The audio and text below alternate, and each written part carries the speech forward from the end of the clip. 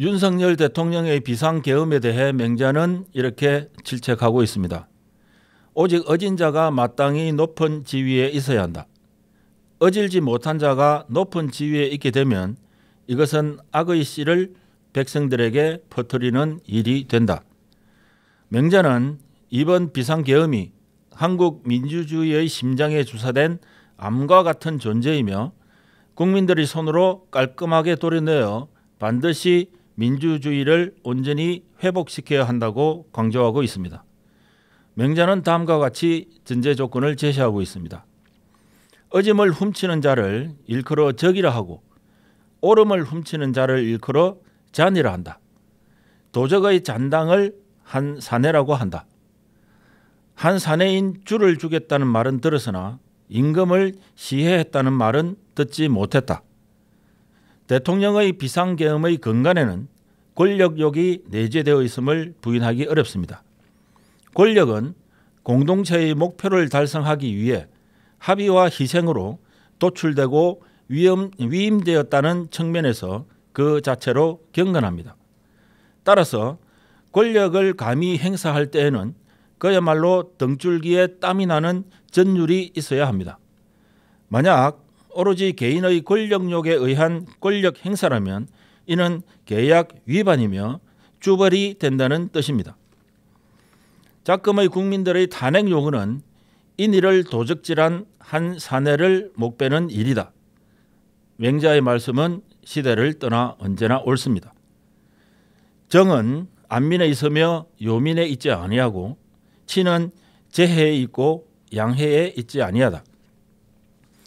유학자 최한기는 혼조에서 권력만을 탐하는 권신을 자처한 현 정치권이 안민 재해의 길을 가지 않고 요민 양해의 길을 걷고 있지는 않은지 스스로 되돌아보기를 권하고 있습니다.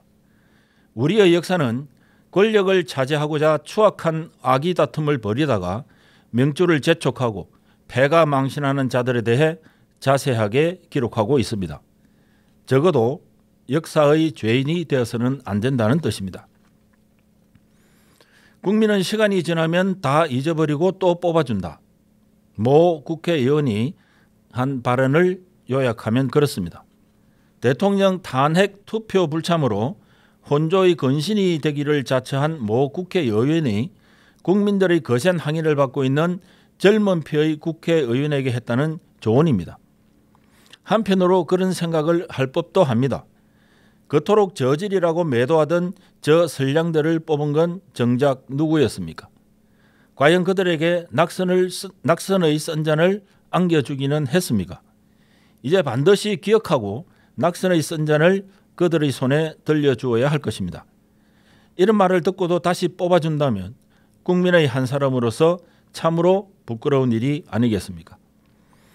사실 처음 대통령의 비상계엄 선포를 보면서 속으로 비웃었습니다. 그 이유는 이 땅의 민주주의와 국민들을 우습게 여긴 처사라고 판단되었기 때문입니다. 국민들은 보란듯이 민주주의를 지켜내고 승리했습니다.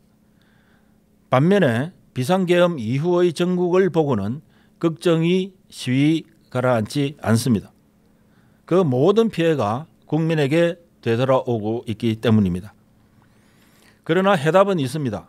맹자의 가르침대로 하루빨리 국민의 손으로 악의 씨앗 한 사내를 목베는 일을 수행하면 됩니다. 국민과 민주주의를 우습게 본 대가는 반드시 치러야 합니다. 대통령이든 국회의원이든 비상계엄에 동조한 그 누구든지 말입니다. 국민을 향해 총구를 겨눈 12.3 비상계엄을 보면서 다시 한번 진지하게 묻고 싶어집니다. 과연 그들에게 국민과 민주주의는 무엇입니까? 참으로 개탄스러운 연말 정국입니다.